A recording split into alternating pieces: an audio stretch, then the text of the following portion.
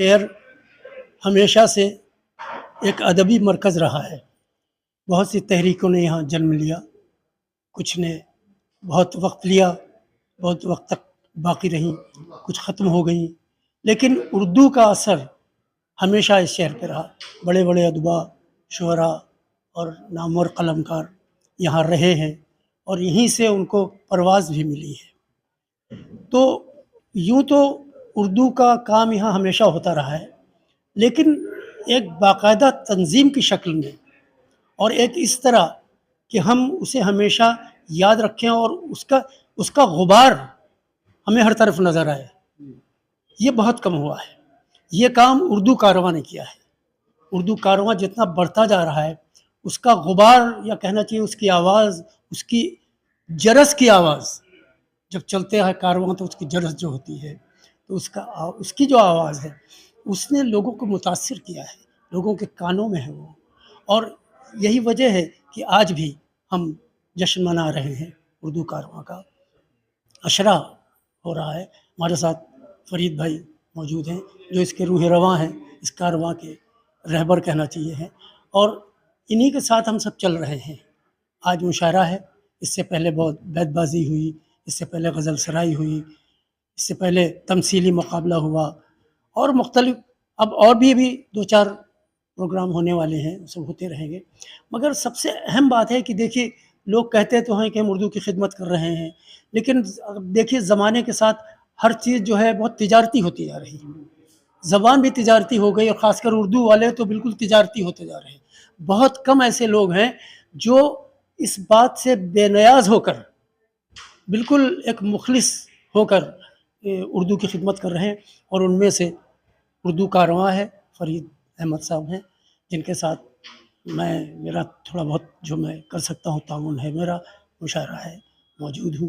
اور جہاں جہاں انہوں نے مجھے یاد کیا، مدعو کیا، میں حاضر ہوا، اور آج بھی حاضر ہوں. اور امید ہے کہ یہ کارواں جو ہے یہ ایک دن چلتے چلتے پورے ہندوستان میں چھا جائے گا، اور انشاءاللہ. اور ہم لوگ سب ساتھ، ہر گلی ہر کوچے میں اردو کارواں کا نام ہوگا، اور ہر طرف اردو ہوگی، اردو ہوگی. اور جس طرح ہمارے ہاتھوں میں آج یہ موبائل ہے، اسی طرح ہمارے ہاتھوں میں اردو ہوگی. جیسے موبائل گھڑی ہر گھر میں پہنچ گیا ہے، لوگوں کے ہاتھوں میں، لوگوں کی جیبوں میں، بچہ بچہ موبائل لیے ہوئے، اسی طرح اردو ایک دن لوگوں کے ہاتھوں میں ہوگی. ہم اسی امید کے ساتھ السلام علیکم. آج اسلام جم خانہ کے اس ہال میں جو ہے یہاں پر 7ویں عشرے اردو کا آج چوتھا پروگرام ہے، مشاعرہ. عشرے اردو جو اردو کارواں مسلسل کرتا چلا آ رہا ہے، اس میں ہم مختلف اصناف سخن اور مختلف طلباء کے مقابلے رکھتے ہیں. اسی میں ایک سالانہ مشاعرہ بھی ہوتا ہے، اور آج کا مشاعرہ اسی عشرے اردو کے مشاعروں کے سلسلے کی ایک کڑی ہے.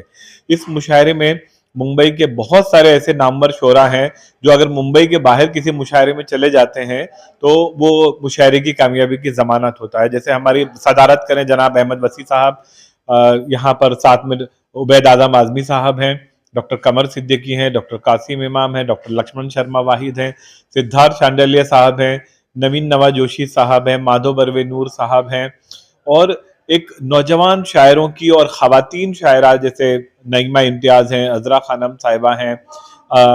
عذرا خانم صاحبہ کے علاوہ بھی تقریباً یہاں پر 30 شعراء ہیں، جس میں نوجوان شاعروں میں ذیشان طاہر ہیں، اور توصیف کاتب ہے، بلال تیغی ہیں، معین دہلوی ہیں، ڈاکٹر واصف یار خان ہیں.